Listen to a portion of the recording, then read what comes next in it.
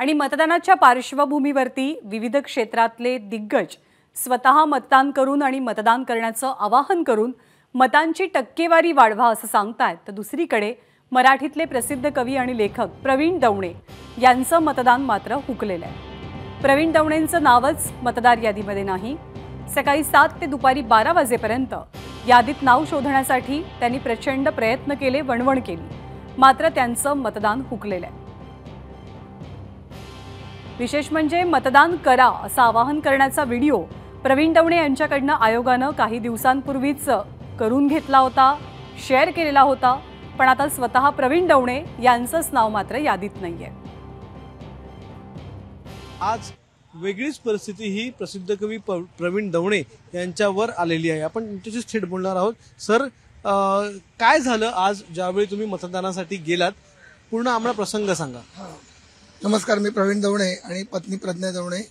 आम्हा दोघांची नावं मतदार यादीत नाही आहेत आणि गृहीत हे धरलं की माझ्या मुलांची पुढच्या पिढीची नावं आली, म्हणजे आदित्य आणि वेदस यांची नावं आली आणि आम्ही जवळजवळ या कोपरी आणि पाचपाखाड या मतदारसंघ जो आहे संयुक्त की गेली जवळजवळ 5-6 निवडणूक आम्ही तिथेच दिलेल्या आहेत। काही बदल नाही, आमची जागाही बदललेली नाही, आम्ही तेच आहोत।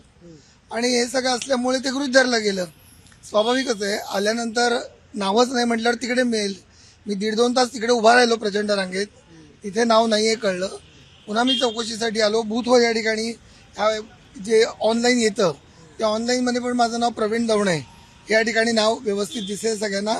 आणि यादी क्रमांक 95 आणि अनुक्रमांक 580 असं नाव आहे। आणि त्याचा जो मतदान केंद्र जे आहे ते कामगार विमा केंद्र म्हणून जे आहे, कामगार हॉस्पिटल लांब आहे इथून, तिथे मी गेलो। म्हटलं आपला मतदानाचा हक्क आपण बजावायचाच। पण आता प्रश्न हा उरतो की हा जो घोळ आहे किंवा मतदार यादीत तुमचं नावच नाहीये, याच्यामुळे तुम्हाला मतदान करता आलं का? तुम्हाला दोघांना देखील मतदान करता आलंय का? तिचं तर नावच नाही आलं, म्हणजे माझं खोटं नाव चुकीचं नाव तरी आलं।